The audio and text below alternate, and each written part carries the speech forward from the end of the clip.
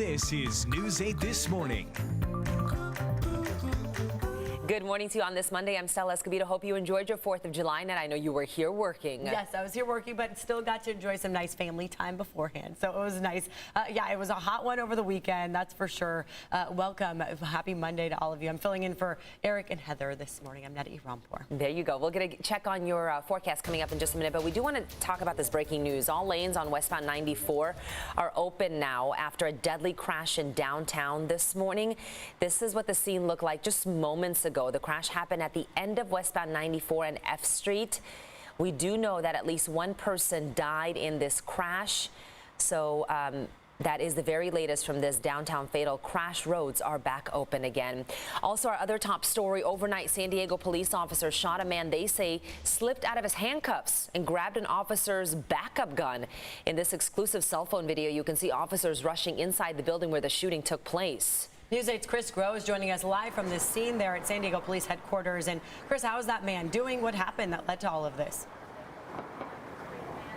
And Netta, Stella, a pretty remarkable turn of events here. We're told that the man has non-life-threatening injuries after being shot multiple times. Now, he was apparently able to escape from handcuffs while inside of a police squad car. But take a listen to this scanner traffic audio, which basically details what happened in the aftermath of the shooting. No officers injured at this point. One of our officers did fire on one. All officers maintain good cover behind the pillars. So our officers at 97 will work on containment right now and getting them relieved. Do not advance, do not move from their good hard cover positions right now.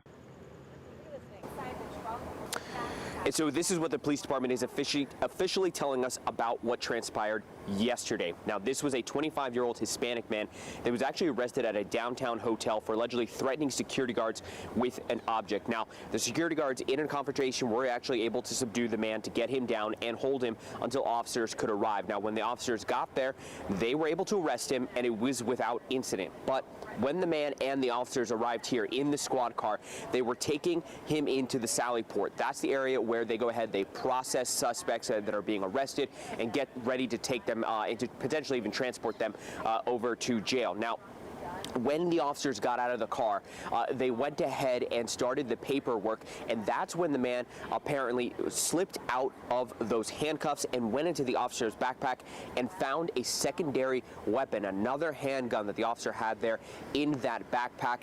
Then this happened. They went to go check on him and saw that the male was armed, and they ended up backing up, drawing their handguns and backing up. It was during that time that the male presented the handgun. The officers felt threatened, and at least 3 officers fired at least 1 round, striking the male as he was seated in the vehicle. Now, a canine was also used in this event, and the person here, this 25-year-old man, he actually suffered canine wounds, bite wounds as well, if you will. But again, multiple gunshot wounds, allegedly, we're told non-life-threatening. That person in the hospital right now. No officers or canine officers were hurt during this, but they are still trying to figure out if this man was able to fire a shot from the officer's secondary weapon. We're told that there is video of this and that they are reviewing it right now, and it could potentially be released soon. Stella, Netta. Chris, thank you for that. Now to the very latest on the coronavirus in our county. Officials report that positive cases are now up 7%. That comes with the 562 confirmed cases reported and the increased 7,300 tests. There are now 16,726 total cases in the county. That brings the 14-day rolling average up to 5.6%, continuing the upward climb. No deaths were reported on either day. And more than 129,000 Americans have died from the coronavirus, and some states are seeing a record number of new cases as well as hospitalizations. And over the weekend, many did their best to celebrate safely, but that was not always the case. Nancy Chen has the latest. The mayors of 2 of the biggest cities in Texas fear their hospitals are about to be overwhelmed. The number of people who are getting sick and going to the hospitals has exponentially increased. If we don't change the trajectory, then I am within 2 weeks of having our hospitals overrun. Texas is one of a handful of states seeing a record number of hospitalizations due to the coronavirus. Medically, we are improving, but we just have so much infection around this country. We're going to see, unfortunately, a lot of lethality. Capacity is also nearing its limit in Arizona. Phoenix Mayor Kate Gallego says FEMA declined to bring more testing to the area. We were told they're moving away from that, which feels like they're declaring victory while we're still in crisis mode. Florida is reporting nearly as many new cases each day as New York did during its April peak. We're only as strong as our weakest link right now. New Jersey Governor Phil Murphy says residents coming back from hotspots are bringing the virus with them. We cannot afford to go through hell again. We need a national strategy, I think, right now. Over the holiday weekend, many tried to maintain social distancing. But this video of a lake party in Michigan shows some didn't bother. We decided we're done with it. Washington Nationals pitcher Sean Doolittle says sports are the reward of a functional society. If there aren't sports, it's going to be because people are not wearing masks because the response to this has been so politicized. Major League Baseball is scheduled to begin July 23rd. Nancy Chen, CBS News.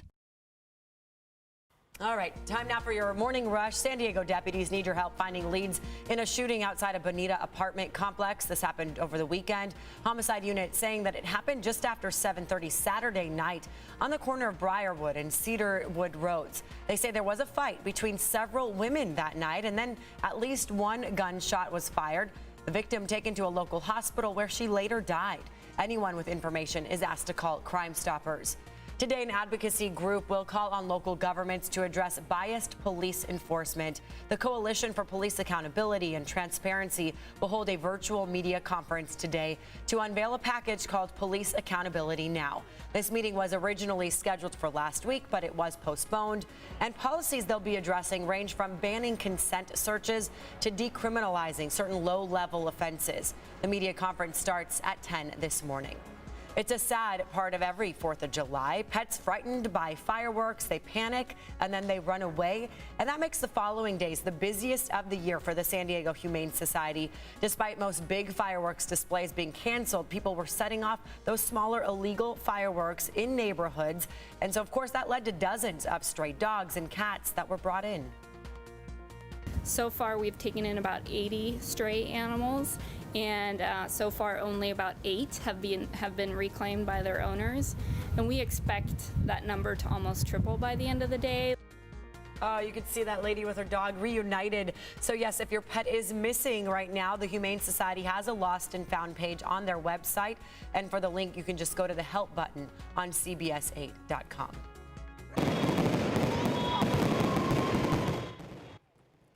Okay, so you might have heard a lot of that on Saturday. And look at this. This was over LA, Southern California. You can see all these fireworks being set off in neighborhoods. San Diego County also saw its fair share. Chula Vista police officers even had to be called out after a man pointed a rifle at his neighbors because they were lighting fireworks in the street. The gun was unloaded and the man was arrested. Now, beach crowds weren't quite as big as many expected this weekend, but it was still no holiday for lifeguards there. An estimated 203,000 people were on San Diego beaches yesterday, but they reported 377 water rescues, up from 230 last year. They say this is due to strong surf that's hitting Southern California. We had some strong rip currents, especially with the tide going out, and some larger surf. We had about 5 to 7 foot surf, so that definitely made us busy. If you do get caught in a rip current, just don't panic. Swim parallel to shore and into the beach. Lifeguards were also involved with just under 4,000 preventative acts and 35 medical aid this weekend. Silicon fire crews are actively working to put out a fire in Los Angeles. Plus, a devastating update in the condition of Tony Award-winning actor Nick Cordero in his 3-month battle against coronavirus. And officials have positively identified the remains of the missing Fort Hood soldier. What this means for her case going forward. Stay with us.